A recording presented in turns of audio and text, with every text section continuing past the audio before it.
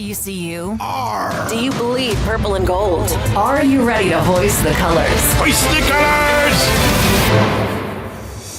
It's time for the most in-depth look into the world of ECU athletics. Welcome to Hoist the Colors with your host, Stephen Igo on 94.3 The Game. Watch the show live on Facebook and at 943thegame.com. Here's Stephen Igo. Welcome in. It is Hoist the Colors on a Friday, a football Friday, also a baseball Friday. Is the division series of MLB set to get underway this weekend. We've got a lot to discuss over the course of the next hour. We'll jump into our early thoughts on East Carolina-Tulane, which is already less than a week away, despite us being on an East Carolina open date week and wrapping that up here with today's show. We will also get into a whole lot more with what happened yesterday in the MLB playoffs. We'll make our game picks as well as we do every Friday or Thursday when each year's a Thursday game. But let's get into all that. We've got Bobby Harward in studio, former ECU assistant coach on the football staff. We were reminiscing on old school recruiting classes pre-show, which was fun. Bobby, how you doing on this Friday? Doing great. I got really two big announcements. Number one, our bathrooms are finished. Our bathrooms the long-standing bathroom. The saga is over. Lee Brothers Construction. Well Appreciate you. Shout out to y'all. They did great. So if you ever need work, look up Lee Brothers Construction. They'll take care of you. And then Sunday is my son Daker's birthday. So happy birthday, Daker. Look forward to celebrating you on Sunday. He'll turn 4 years old. Happy birthday, Daker, who, by the way, got quite a bit of airtime at the SUP show. Or not the SUP show, but the Sports Center. Sports Center SUP Dogs extravaganza. And shout out to Brett for hooking us up, because that got him right in the picture there. Shout out to SUP Dogs. Also shout out to Basil's for their sponsorship of today's program, bringing us Bobby Harward, 1675 East Fire Tower Road over by the AMC movie theater. Over by the AMC movie theater. Great lunch, great dinner, great sandwiches, pizza, appetizers, and more. So appreciate their support of the program. Philip Pilkington, he is behind the glass. Philip, I am extremely sorry about your Boston Red Sox. They became the first team to win Game 1 of this 3-game format since it became official in 2022 and lose the series. So I'm sorry. Yeah, I mean, it was tough to lose it after winning the first game. But, the thing is, man, I've had so many texts. Oh, Boston had a bad defensive inning. Well, they were already down 2-0 when they screwed up. Boston didn't hit the ball very well. True, but they were sitting fastball, and that kid just kept blowing it by us. I mean, let's not take anything away from Schlittler. It's so hard to say his name. Yeah, without getting an FCC fine. It's really tough to say his name. That was Paul Skeens-esque. I'm just going to keep throwing my fastball, and it's coming, and you're not going to hit it. So, look, could Boston have played better? Yeah, probably. But also, at the end of the day, the best player on the field was on the bump for the Yankees, and they won the game. I'm disappointed in the result, but there's nothing really to be frustrated or get all upset about. I mean, the heat of the moment during that inning, they scored 4 runs. Yeah, Dom and I were kind of ticked off. But, as the game unfolded, it was just like, man, you got to tip your cap to the kid. This wasn't 0-3 where they blew it in the 8th. Or 86 where you had it 1 in the 9th and you let up 3 runs or whatever it was. It was bottom line is they went out there and they beat you and they were the better team and, there's nothing to be upset about. Now, Sunday when I go to the Panthers game and they look like they never played football before, I got all reason to scream and cuss and be ticked off because they're NFL players who suck. Yeah. I'll say this. I'm a little upset I lost $5 last night. You could probably care less. Yeah. But, not on the Sox. I was listening in, and Philip had mentioned the over 6.5. I was on the over as well. Yeah, and I was like, that's a great bet. But to what Philip was just talking about, that Yankee starter was lights out. Nobody had Schlittler going. Schlittler. I'm just going to not say it. Yeah, let's the pitcher for the Yankees. The pitcher for the Yankees throwing 101 miles per hour, just cramming it. I mean, that's the thing too. I did think Boston made a mistake of man, they had some long swings, and I guess that's just baseball these days. But just try to punch it the other way. Everybody's up there swinging for 100 or for a home run against 100 miles an hour. Man, Yoshida was the one guy who was just trying to like punch it the other way, and I think he got a couple hits, and the rest of them were just up there taking like full hacks. Eventually, you got to make an adjustment, and they just never really did. But he was good. You got to give him credit. Yeah, that was one thing Dominic kind of talked about during the game too with Massa. Is it's like there's this issue with American-born players and Dominican-born players where they're like too prideful to go the other way. They refuse to pull the ball. And Japanese-born, really Asian-born, because there's few Korean players, but they do it too, where they just want to put the ball in play. They don't try and be heroes. They don't try and pull everything. And if you notice, Asian-born players get shifted less because of it, because they just take what the pitcher gives them. And I don't know if this is a cultural problem we have in the United States, but why the heck does everybody have to pull the damn ball? That's the only reason the shift works is because guys are too arrogant and prideful to not go the other way. I used to love when the pitcher threw me down and away and I could just kind of slap it over the first baseman's head. It was great, but they just don't do it. But the Asian-born players, for some reason, have not gone to our arrogant, I guess, American ways, and they'll just put the ball where it needs to be. Fundamental baseball, still alive in some countries, and look, I don't know. It's just I thought Boston, look, they're obviously easy to say now, but their chance to win the series was game 2 to go ahead and wrap it up, and they missed some opportunities there. And obviously came back. The Yankees are the more talented roster. The Red Sox have had too many injuries, plus they're pretty young. But, man, sorry again, Philip, but this sets up a great Saturday. Obviously, we got college football, which we'll get into. We'll get into ECU-Tulane here in a minute as well. But Saturday slate, Cubs, Brewers at 2, Yankees, Blue Jays at 4, Dodgers, Phillies at 6:30, Tigers, Mariners at 8:30. Then you have college football mixed in there. Like, I'm ready for Saturday. It's going to be awesome. And you get to enjoy it. Both of y'all don't have to work. Yeah, ECU is off, which is outstanding. When it works out for you, too, the kids will be in bed probably by the time the Mariners start. So, like, I mean, that would have been really bad if you guys would have got that 6 o'clock game. You'd have been, like, trying to put them down during, like, the 6th inning probably. Yeah. The word was, or I guess it was, if the Red Sox would have won, it would have been Tigers, Mariners at 4, Yankees, Blue Jays, or Red Sox, Blue Jays that night. So it would have been. No, we were going to be at 1. Okay, well, somebody would have taken over the 8 o'clock Yeah, slot. I think it was going to be. We were going to be at 1. Y'all were going to be at 4, and then I think the Phillies Dodgers was going to be the late one or something. Sense. Yeah. So we'll see. We'll get more into that maybe as the show unfolds, but we'll talk MLB. And Lane Smith, Eagles, Phillies fan, saying, let's talk about the Broncos getting smoked Sunday. We'll make those picks here in a minute. Ryan Benner wants us to have a good segment idea. Football recruits who almost made it to ECU. Well, we could go a long, long time. That would be a good summer show, I feel like. That'd be a great one. There's one that stands out that's coming to everybody's mind. I already Lucas know. Thompson? Oh, yeah. Lucas Thompson, the saga. What if we did not just football? No, that would be an epic one because we got some basketball ones as well. Well, that Mike Trout guy, Mike Mackenzie Trout, Gore. plenty of baseball ones. So, yeah, Logan O'Hop. Logan O'Hoppy, man, he was a stud. And still remember when ECU thought he was coming and it didn't work out. So, David West was going to play for Joe Dooley, and he was fired the first time and obviously did not come to ECU. And here we are. All right, ECU-Tulane. Quick segment here, our thoughts on this game. I ran the updated numbers. ESPN Football Power Index has the Pirates at a 44.8% chance of winning this football game. Last week it was 41.4%. ECU throttled Army. Tulane beat Tulsa in a game that actually was closer than the score indicated. And look, the Green Wave, they should be the favorite. They've opened at around a touchdown favorite. They get home field advantage. FPI actually has ECU as the better all-around team.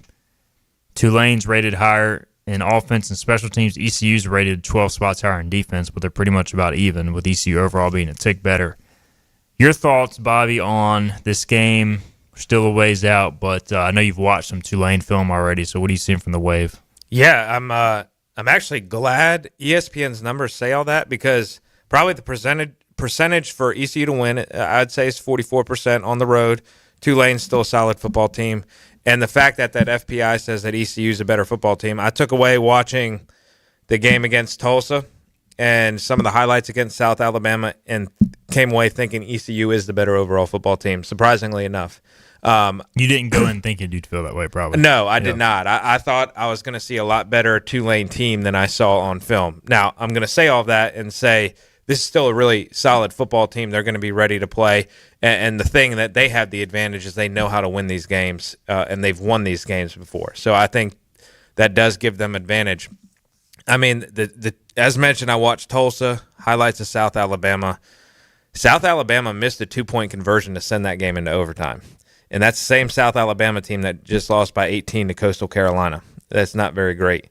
And against Tulsa, Tulsa had their number early and then just made some crushing mistakes that really cost them. But that game, I think, finished at a 17-point game or something like that.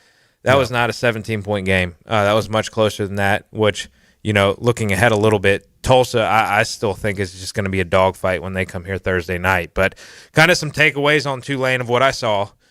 Defensively, they're 4-2-5.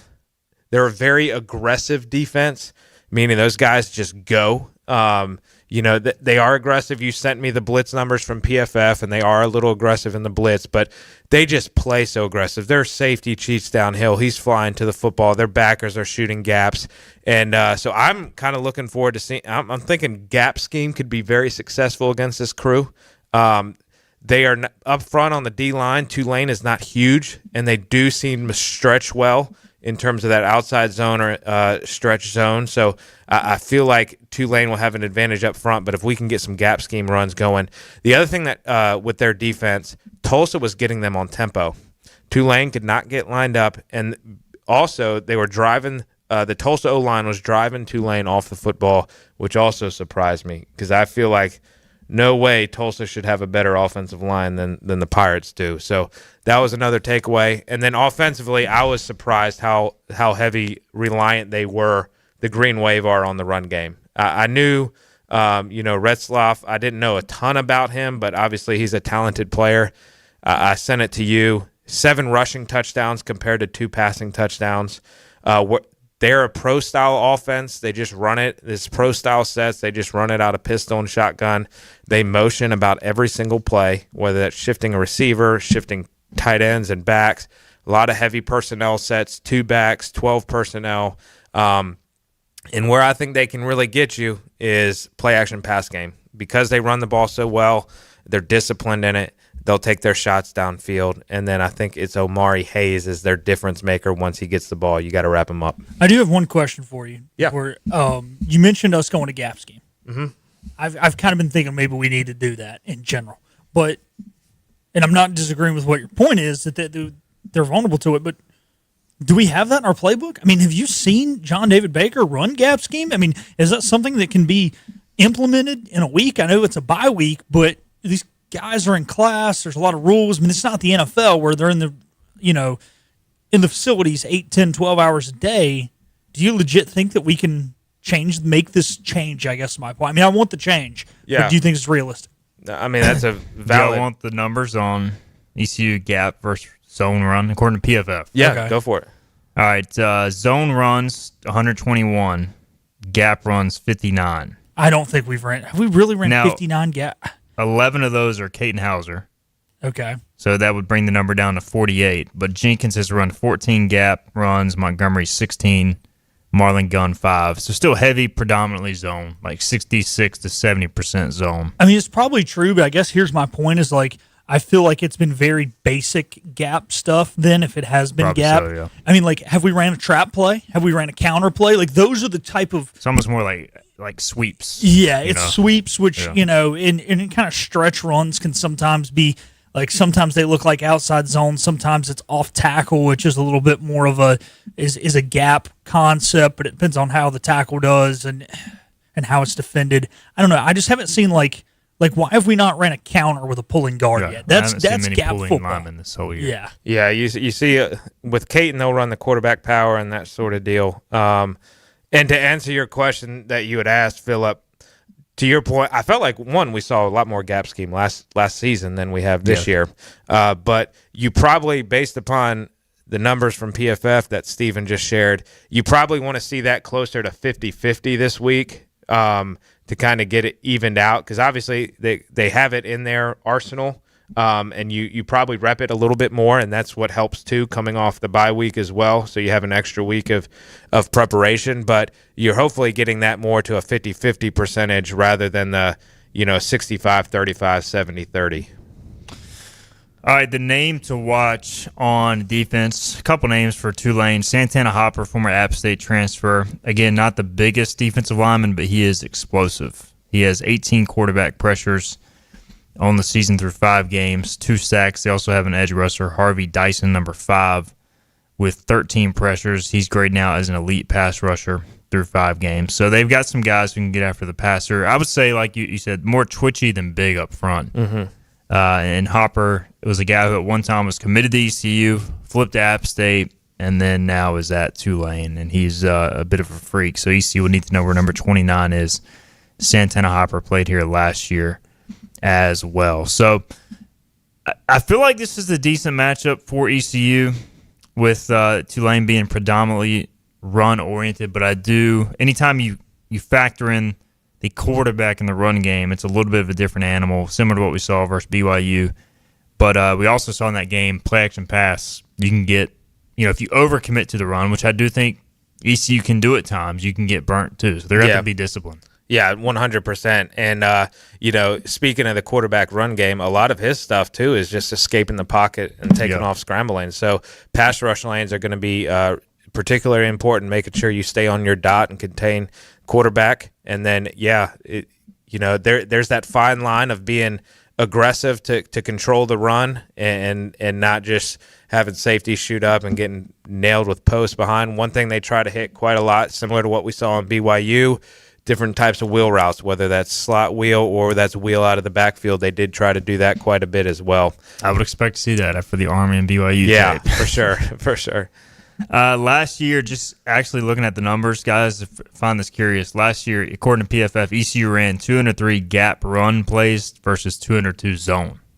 So a lot more zone running this year. Last year was basically a 50-50 split on the dot. I know we had some questions on that in the comment section.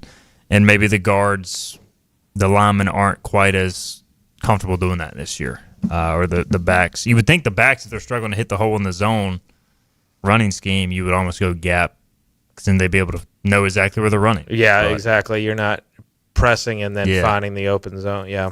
So, all right. Well, there's your ECU-Tulane talk.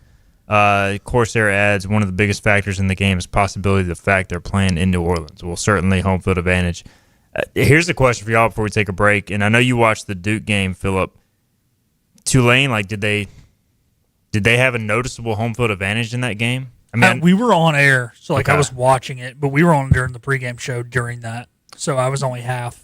Curious to see what the crowd's like. I know they've gotten better crowds since last I was down there, but usually it can be kind of lax. It's a smaller stadium. Thursday night, how do they turn out? So that's what, watching the Tulsa game, I was like, maybe you could chalk up them coming out flat. Tulsa's a hard place to play just because it's empty. There. But then at the same time, you're like, man, they played at South Alabama and they play in Tulane. I mean, that in a 30,000 person stadium. Mm-hmm. It's not like they're playing in rowdy crowds. So it'll be interesting. It'll be a Thursday night too, which maybe lessens the crowd, and that's going to be really important for the Pirates to create their own energy. No doubt. Pirates have already been in some big games this year. We'll see how they respond in that environment. We'll get more to that game next week, but there's your early thoughts on ECU and Tulane. Let's get a break in. We'll come back. We'll make some game picks. On the other side, we'll start with college football after this. The team of Flatlands Jessup is working overtime to help ensure that Eastern North Carolinians like you get the health insurance help you need this open enrollment period. New legislation passed meaning more people than ever qualify for affordable coverage. Let us help you today. Big tax credits are back. Get a 30% tax credit, up to $2,000 off your new Mitsubishi electric heat pump install. Let ComfortMaster help you take advantage of the tax credits with a qualifying Mitsubishi electric ducted heat pump or non-ducted Mitsubishi electric mini splits. Mitsubishi electric mini splits are ideal for bonus rooms, garages, or sunrooms. If you need a new HVAC unit, call ComfortMaster today. Score a touchdown in regards to your pharmaceutical needs. Locally owned owned and operated. You know by what the problem is with pharmacist standard Marcy belts? Parker. Healthwise Pharmacy Usually you puts have to you choose and between your too health tight first, offering top-of-the-line or the opposite, customer service, too loose. individual attention, But with and Anson free Belt and prescription Buckle, you delivery don't have to anywhere in choose. Pitt County. We got rid of the holes and instead have a track system designed for micro-adjustability. That way you can enjoy a perfect fit every time. Anson Belt and Buckle. Find your perfect fit today. After an accident. With fast claim service from local agents, our auto coverage is a lot like an airbag. We hope you never need to use it, but we're right there and ready just in case you do. North Carolina. Healthwise Pharmacy rounds the bases with all of your infusion, retail, compounding, and medical equipment needs. Locally owned and operated by pharmacist Marcy Parker, Healthwise has grown to be your most trusted provider for infusion services. Currently providing in-home or on-site infusions in North Carolina, South Carolina, and Virginia. Visit Healthwise Pharmacy at 615B South Memorial Drive or call 252-295-0059 to speak to a patient service representative to find the option that best suits your needs. Tired of the 1-800 numbers advertising Medicare products? Flatlands Jessup has 6 offices all throughout eastern North Carolina. Get face-to-face help from our local award-winning licensed team. Stop by today. Flatlands Jessup, your whole world covered. An independent licensee of the Blue Cross and Blue Shield Association. The best burgers around. Everyone loves a thick, juicy, and fresh burger. Tiebreakers does real burgers better than anybody. And don't forget about the cheese sticks, fresh salads, and more. So don't just go to any burger-themed restaurant chain. It's time to break the chain and eat local. Tiebreakers, burgers and sports at its best. In this age of globalization, we've learned that bigger isn't always better. Ever tried to get phone help from a big corporation from a real person? Right. That's what's so nice about Phelps Chevrolet. After more than 50 years serving our community, Phelps remains family-owned and operated. Mike, Daryl, Wave, West, Alan, and Clay deliver hometown service and integrity, same as always. They share your experience, they share your values, and they are ready to help with any motoring need. Come get you one.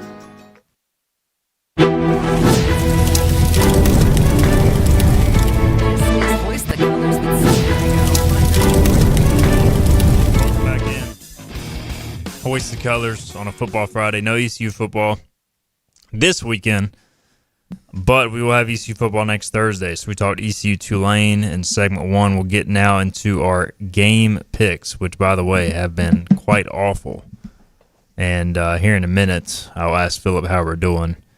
But he's attending to other things right now. Bobby Howard's in studio. He's brought to you by Basil's today on this Friday, October 3rd edition of the program. And I got to say, guys, the actual college football slate isn't great. I really struggle to find 5 games to pick. Now, there's 2 headliners, Vandy, Alabama, and Miami, Florida State. But outside of that, it's kind of a mid-weekend. Weren't there some Big Ten games early? Because that was going to be my question. It seems like maybe there's so many hands in the pot now with the TV deals, you know, ABC and all that. SEC's with the ESPN family, and so that's away from CBS. But it's like everything big game-wise, it feels like they're taking away from the night slot most of the time and a lot putting it heavy in the noon and the 3:30 slot. And Big Ten this week. Let me see if I can get you intrigued on any of these. Oh, gosh. Wisconsin, Michigan at Fox, No. big noon. Illinois, Purdue on Big Ten Network. Your CBS big game of the week, Penn State at UCLA. How is that the big game of the week? UCLA is, to use a phrase from Philip, is dog water. Yes. Trash. Garbage. I mean, I could repeat what I attempted to say about the name of the pitcher earlier, and that would be Schlittler. Yep. But the other way I said it is more indicative of what UCLA is. Washington, Maryland, which at least is a decent game. That would be more big time than. Yeah, probably. By the way, Maryland is 4-0. Is that a real thing? They got a good freshman quarterback. Yeah. And then Finally got rid of Tua's brother. Mm-hmm. Michigan State, Nebraska, Minnesota. I just can't get into the Big Ten, man. I just can't do it. Yeah, I would rather watch. The thing is, like, at least like the Big 12, it's like high flying, fun. So let's go. Maryland here. They've beat FAU, Northern Illinois, Towson, and Wisconsin. And then had a bye week. So they are 4-0. Whatever game they're supposed to win. 4-8. Yeah. They destroyed FAU, too, week 1. FAU is bad. Yeah. I mean, I guess I'm just trying to like find an intriguing game here that's like not totally brought up. It's not in our picks. I mean, I think Willie Fritz is finally kind of getting some chemistry there in Houston, so maybe them hosting Texas Tech. I think this is Texas Tech's first true road. They played Utah. Oh, they did play. That's right, they did. It was a noon kick. The Irish and the Broncos. Yeah, I almost put that one on the list. Boise's a 21-point dog. I thought you were going to. And we can pick that game. What would y'all rather pick? Well, I think you only put 5 college picks on there, didn't you? Yeah, because the slate is not good. Well, just add it. We normally do 6, so we're just going to add it. And but should we? Because we're so terrible. Virginia, Louisville, 4-1 versus 4-0. Virginia, UVA's top 25. Are we putting Notre Dame? We're adding one of those. We're doing Boise State and Notre Dame. All right, what's the spread? 21. Okay, that's what it was this morning. All right, let's make our picks. Which, by the way, should we just stop making picks because we all stink at this? Especially me. I should have retired after week 2. Do we have a standings update? Yeah. So I'm in first at 32-26. Igo is technically in second over Bobby at 29-29, and then Bobby's 28-30. However, Bobby has, like, in the last few weeks, really gained a lot of ground on you. Yeah, after you were 8-4 in what was week 1 of NFL and week 2 of college. I should have just hung it up there. Yeah, should have quit while you were ahead. Barry Sanders. Joel Hancock says ECU and Penn State grad here. I can tell you the only intriguing thing about Penn State UCLA is how the Penn State offense will respond after the Whiteout loss. Well, if there's one thing James Franklin can do, he can beat bad teams. Drew Aller is just a freaking joke. I'm never picking Penn State again. Hey, and for the record, oh my God, what a joke, man! Didn't we get a text at about 11:15 on Saturday night from Steven? God, predicted it, and we did. Absolute. Anyways, another intriguing one. I'm going to throw that. We don't need to pick it. Yeah. Mississippi State Bulldogs 4-1 at Texas A&M. Dude, they've impressed me. Yeah, they could have beat Tennessee last week. Yeah. They've been good. Good for them. Our first pick, one that I really didn't want to put on this list, but why not? Clemson is a 14-point favorite at North Carolina. I have no clue what to pick here. I do. I'm just going to go for it. You start. It's not even going to be close. North Carolina is not going to score more than 3 points offensively. The only way they score more is if they get defensive touchdowns or special teams touchdowns. Clemson by 4 scores. Here's one thing with Clemson, though. Are they just – I mean, Syracuse stinks, and they got blown out at home by them. Georgia Tech almost lost to Wake. Yo, UNC cannot score. Georgia Tech, I think, had a letdown game. Syracuse was okay, and then their quarterback got hurt, so now they're just really bad. UNC is like the bottom 10 in the country in offense. Like, they could not score against Charlotte. Is Johnson starting yet? They Does it matter? Start him? I don't know. I think it does matter because he doesn't put the ball in harm's way. Can he complete a forward pass beyond 10 yards, though? I mean, neither really could his dad, and it won him a Super Bowl. Throw the ball over the middle, a little drag route to JoJo Jaravicious. Let Rondé Barber cook on defense. Give me Clemson here. Yeah, I'm going to make it 3. In a way, it's like, does Carolina get up and make this one close? Maybe, but I think if it's close, it's like close for a quarter. And you think they're going to hang around, and then Clemson steps on their throat and presses down until they stop breathing. I said I was done picking Clemson, but not when they're playing North Carolina. So this was supposed to be the primetime game, and here we are. Noon kick. Iowa State is at Cincinnati. Cincinnati is a 1.5-point favorite over the unbeaten Cyclones. We had John Moody in the chat. I've got too many windows open on my computer.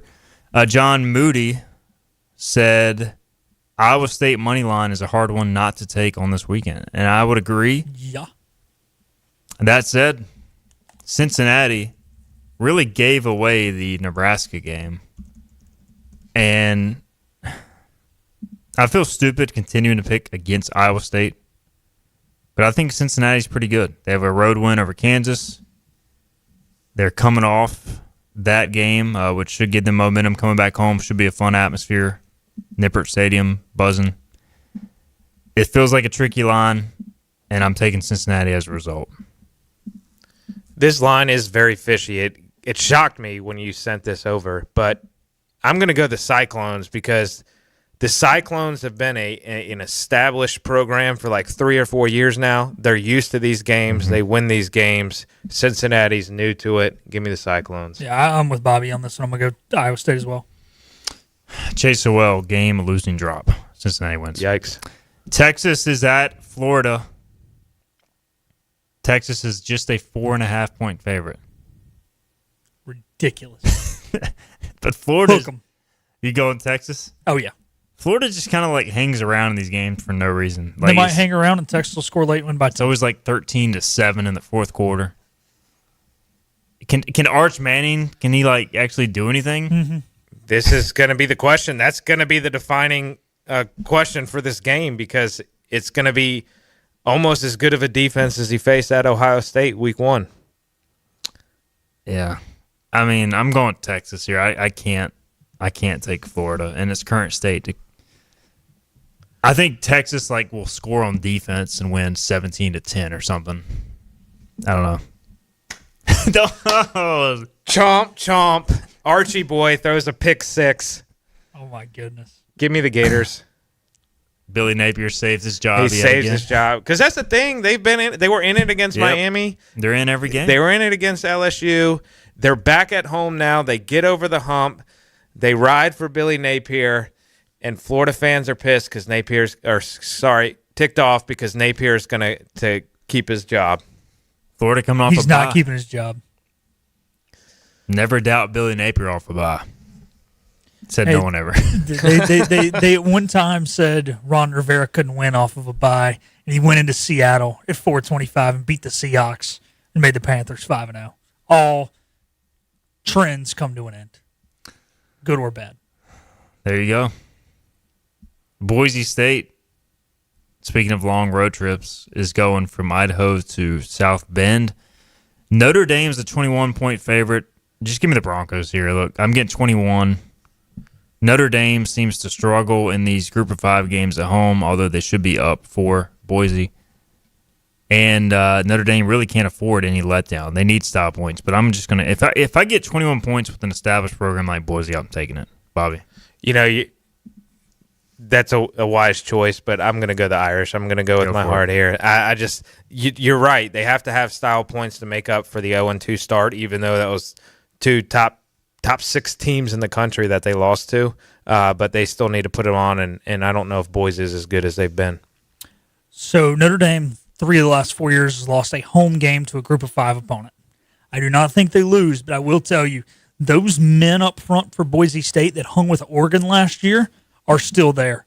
The holes that their running back this year has had to run through, I mean, the 3 of us could hit those things. So I think they've got the size up front to keep it within 20 points. All right. We are on Boise, Bobby on the Irish. Vanderbilt at Alabama. This is where game day is instead of Tallahassee for some reason. Stupid. Bama is a 10.5-point favorite. I think this is a great line set by Vegas. I'm very conflicted on this. I think Bama, first off, they're coming off an emotional win, but they also had the revenge factor. Also, I'm done picking against Vandy. Like, they're a good football team. So I'm very conflicted here. I think both teams score a lot. I am on the over in this game. I think Bama puts the hammer down late to make it like a 14 to 17-point game. So give me Alabama after Vandy hangs around a while. I love me some Diego Pavia. You guys know that. But I think Alabama's going to make a statement on Saturday afternoon. They're going to be screaming Dixieland Delight, Roll Tide Roll. Yeah, this is a revenge game from last year, 100%. And Pavia's been good, but their only true road test was at like Virginia or Virginia Tech or whatever it was. They're not. I don't know if he's quite ready for this environment. Give me the Tide. He's going to clip that and use it as motivation. Miami, 4.5-point favorite at Florida State. I'm going Noles here. I think Noles win outright. I'm on the money line. I think everybody's going to jump off the ship because they lost to Virginia. Miami is due for a letdown game. Noles. I'm with you. 100% for all the reasons you just listed. Yeah, Miami every year likes to make us think that they're good, and they are. They are actually good this year, but not on Saturday. We're due for what's the quarterback's name? Why am I blanking on it? Castellanos or Beck? Miami. Or Beck? Beck. We're due for a Carson Beck 3-pick performance. We are. And this feels like that sort of game. So there are your college picks. Jansen Kidd wants us to make a bonus pick. All right. How do y'all think ECU versus UNC would play out if they played this weekend? I think Pirates win by 3 scores. Pirates 28. As long as the Pirates put 4 quarters together, they win easy. Yeah. I need to see 4 quarters, though. Pirates 28, UNC 13. You think they score 13 points? Yeah, we give them a short field once. We'll turn it over. Yeah, okay. That's assuming a neutral field in Charlotte. What if it's in Chapel Hill? Pirates 24, UNC 17. I think, honestly, in a weird way, I feel like maybe they get up bigger if it's here. Even though they historically haven't, but just like this team and this Belichick coach team, I wonder if they keep it closer here. If we go in there, they just think they've got it and we just roll them. I just love that we're talking to ECU, Bill Belichick, UNC hypotheticals. All right, we got to get a break. We'll come back, NFL picks on the other side, and maybe more hypotheticals. You never know. And Jansen, you'll want to stay for the NFL picks. That is true. We'll be right back.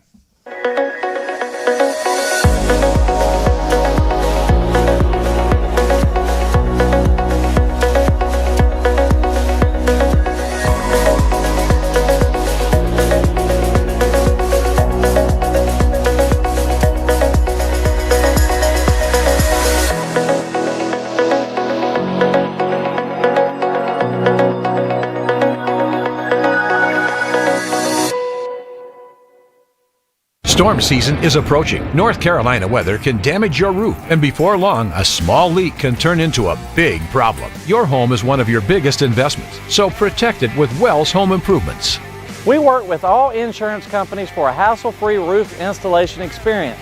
Call us today and get 10% off your roof installation when you mention this commercial. 252-227-8403 or visit us online at wellshomeimprovements.com. Wells Home Improvements. Local, honest, dependable. This is about you, your family, and the health of all who live in Eastern North Carolina. This is about the transformation of a health system into something more powerful and more human. About creating new ways to treat disease and keep you well. This is about ECU Health, which is to say, it's really all about you. ECU Health. Minds, hearts, purpose. You have a choice when you invest in insurance, and when you choose First State Insurance Advisors, you're working with people you can trust. Clark Stallings has deep ties in the community. His team, including Keaton Smith, Regina Asby, Phil Leyva, Max Joyner Jr., Max Joyner III, and Ginger Smith, provides knowledgeable and professional advice. First State Insurance Advisors is an independent insurance agency. They offer all types of personal insurance as well as various types for business. Call or email First State Insurance Advisors today. We want to be your trusted choice agency. Acre Station Meat Farm, along with Lane Angus Beef, bring you Farm to Fork Beef.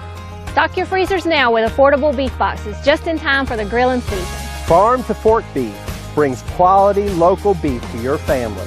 From your traditional butcher shop, Acre Station Meat Farm. Come on down to Acre Station Meat Farm and find out why we're #1 in fresh cuts and friendly service. Acre Station Meat Farm, Highway 32 North, Pinetown.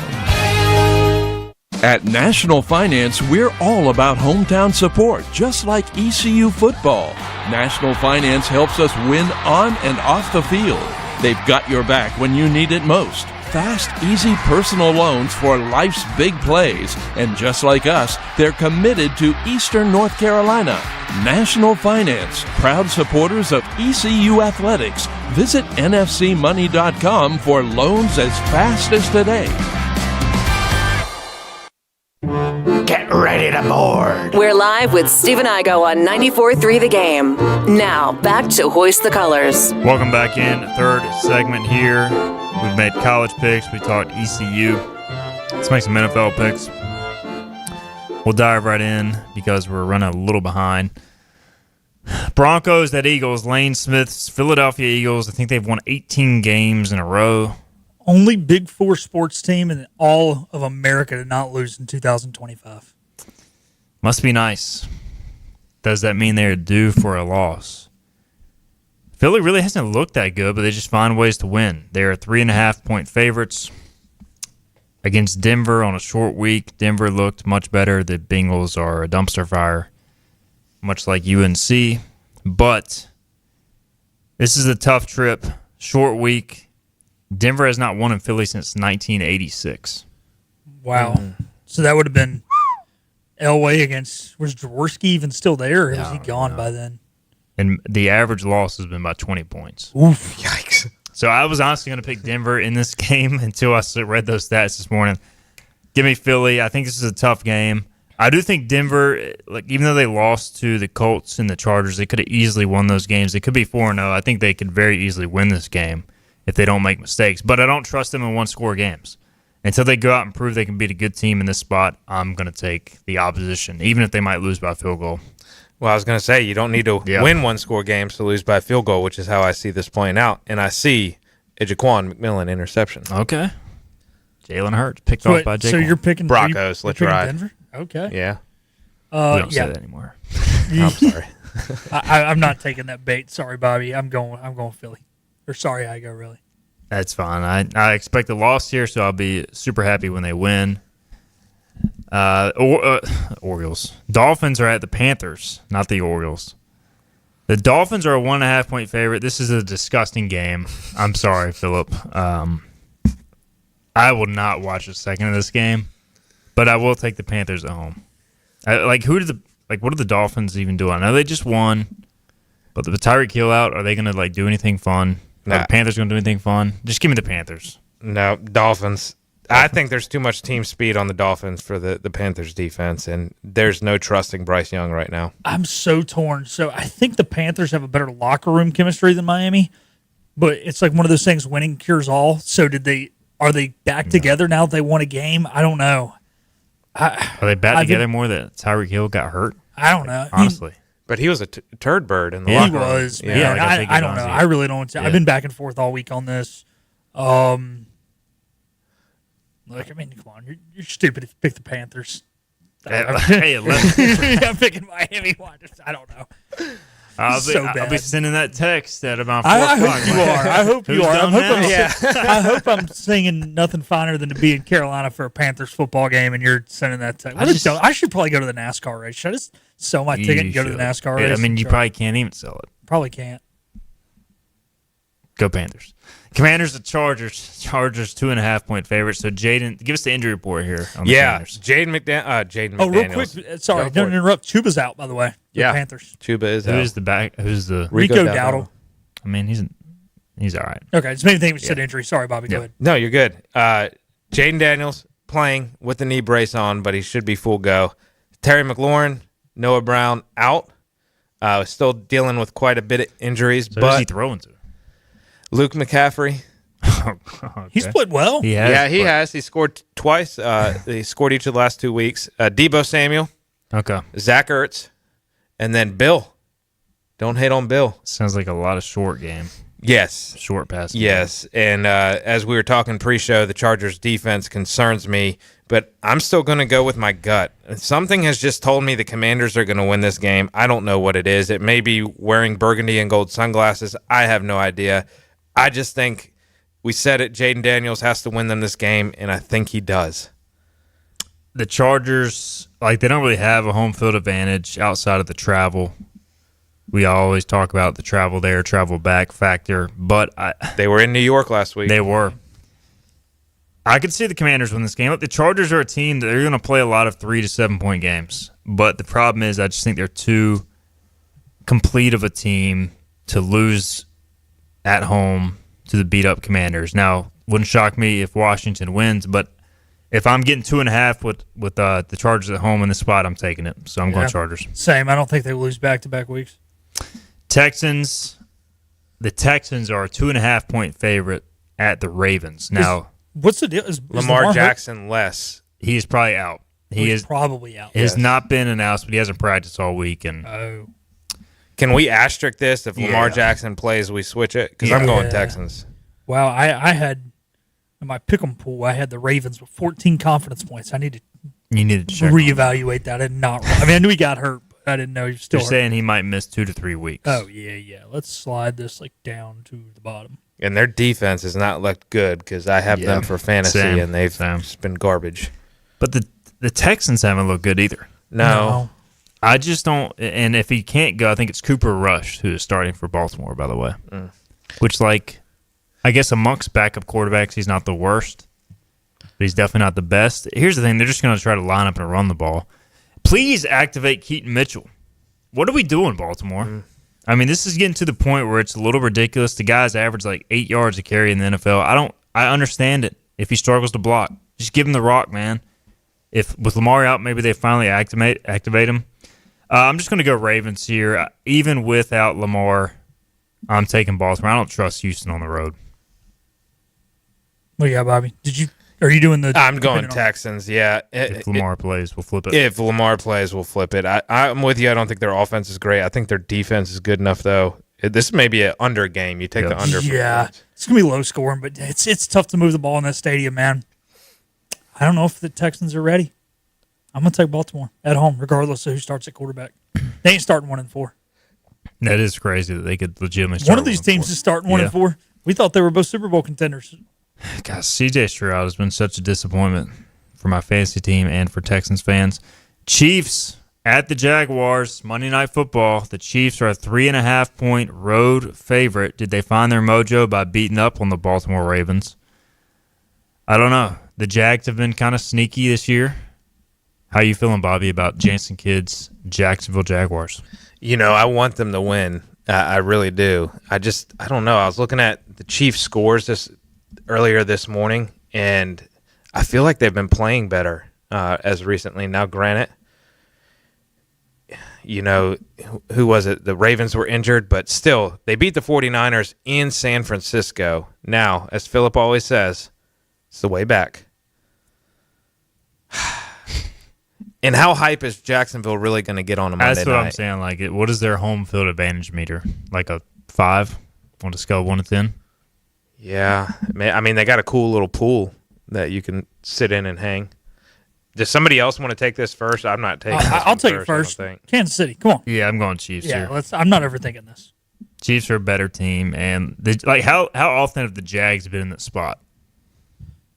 Never? Last time they were is like playoff Lenny and Blake Bortles. So I'm going Chiefs. Familiar with the moment.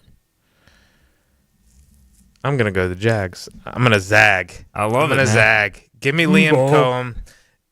He's been dynamite down there. I did like that he was just talking smack after beating San Fran. Oh, yeah. I love everything about him. So give me the Jaguars. They get it done Monday night. Very much looking forward to sending that 11:30 p.m. Monday night text. What were you thinking, Bobby, as the Jags lose? But, hey, I can't really talk. I'm terrible at picks right now, so I'm probably dead wrong. Let's get our final break in. We'll come back. We'll wrap up the show after this. It's time to soak up the savings at Greenville Toyota. Summer is here with hot deals on a great selection of new Toyotas, like a Corolla, $189 a month, or Tacoma, $279 a month. Soak up the savings at Greenville Toyota. You know what the problem is with standard belts? Usually you have to choose between too tight or the opposite, too loose. But with Anson Belt & Buckle, you don't have to choose. We got rid of the holes and instead have a track system designed for micro-adjustability. That way you can enjoy a perfect fit every time. Anson Belt & Buckle. Find your perfect fit today.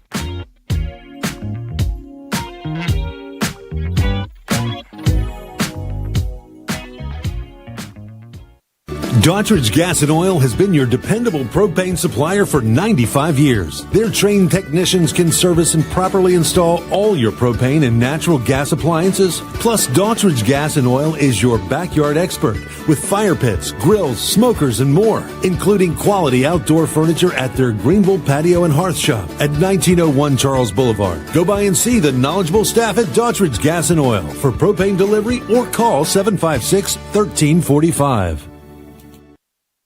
Other restaurants claim their food is fresh and fast, but are they friendly? At Moore's, you're treated like family the minute you walk into their doors. With locations in Winterville, New Bern, Swansboro, Morehead City, and Jacksonville, we've been practicing what we preach since 1945. At Moore's, our barbecue is slow cooked and smoked over real wood daily until it's so tender it's falling off the bone. Combined with our fresh chicken, cook-to-order seafood, and homemade fixins, we're sure you'll agree. If it's not Moore's, it's less.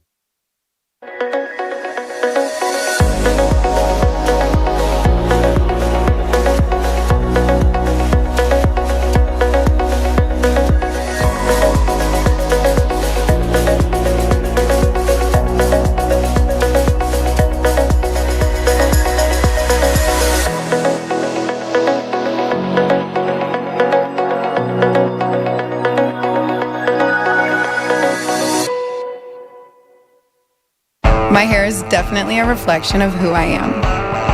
Wild, fun, fiery for sure. It just goes with the flow. Me and my hair, both untamable. I wear it how I feel. Feel fearless. Feel empowered. Look fantastic. Look fantastic. Look fantastic. Feel unstoppable. Unstoppable.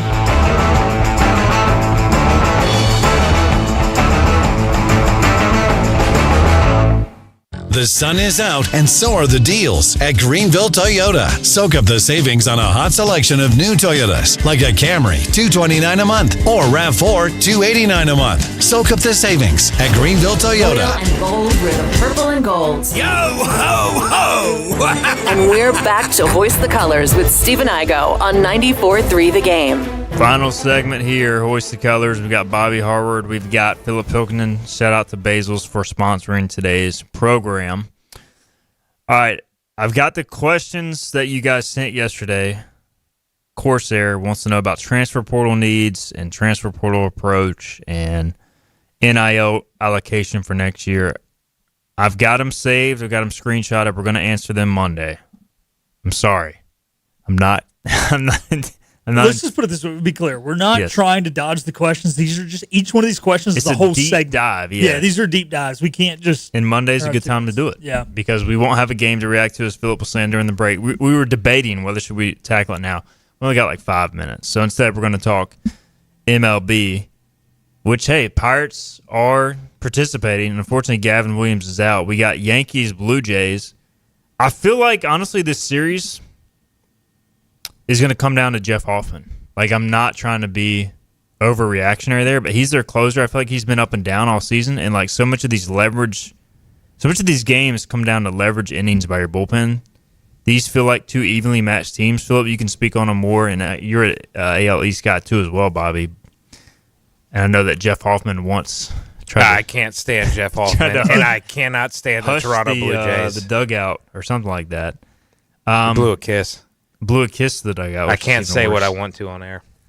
I don't know, like, Hoffman feels critical here, and we can get into the Savage angle too, but this feels like an important series for him. Yeah, I think, look, Bendar's pretty good for New York, but overall they don't have a phenomenal bullpen top to bottom. They've really got 2 or 3 guys. Cruz is pretty good.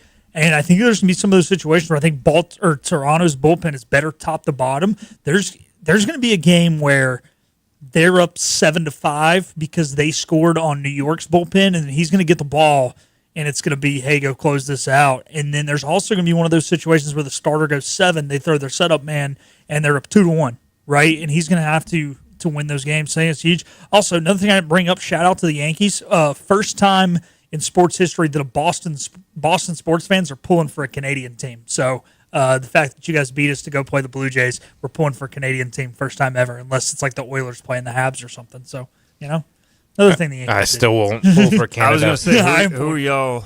Oh, I mean, who are y'all pulling for? I can't say who I would pull for over the Yankees on air. I'm going to go, in this series, I'm going Yankees. I as I've said, I just have a disdain taste for our friends up north. And then also Jeff Hoffman irked me. He just really rubbed you the wrong way. He really did. And then curious, I'm assuming Savage is going to come out of the pen. Is he going to make the roster? So the roster's not been posted yet. Are they applying for the waiver? Do we know? They're supposed to make it today. Yeah, I think they can wait to announce it until the Saturday morning. Really? It used to be like 4 o'clock the day before. This is horse mode. Yeah. I know the Mariners can wait to announce it till Saturday morning. They play that night, so it may have to do with I don't know, the timing of the game. But they just announced Gossman's throwing game one. Former Oriole. Which is no surprise. I think that everything I've read says that they're trying to get him on the roster, and he might honestly be like their third starter. Okay. Like, I think their rotation's kind of in some not so great shape. Death taxes and AL East teams only having 2 true starters going to the playoffs. So, I don't know. You look at the odds, guys. FanDuel has the odds. Yankees and Dodgers is the favorite to win it at plus 410. Phillies plus 500. The Mariners at plus 550. Brewers at plus 700. Cubs plus 750. Fangraphs has it as the Dodgers as the overwhelming favorite, followed by the Mariners, then the Yankees, and then the Phillies. So I will say, y'all are the most complete team. It's just starters, they've never handled this spot. They've never been in the spot. True. Starters and starting pitching, starting offense, I'm taking the Dodgers. But if you go bullpen, reserves, all that, you guys are probably the most complete team. But you don't have the star power they've got. Yeah. Brian Wu also looking questionable for the ALDS. How you feeling about this? What's left, Bobby? Yeah, I'm hardcore pulling for the Mariners. That would probably be the number one team I'm rooting for that's left. And then next is the Cubs. I really wanted to see them win. Also, side note, neighbors, Jed Hoyer's dad, which is a cool connection. Phillies, Dodgers, I hate both of those teams as well. Really, those... At least only one can advance. Yeah.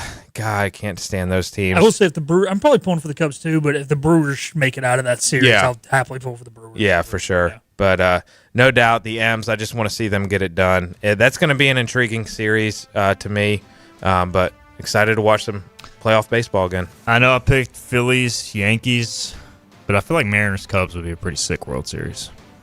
So that would be my top, and then Mariners-Brewers second. We got to get out of here. Thanks, Bobby. Thank you, Philip. We'll see you Monday, 12 noon. I promise we'll answer your questions then. So see you then. This has been Hoist the Colors.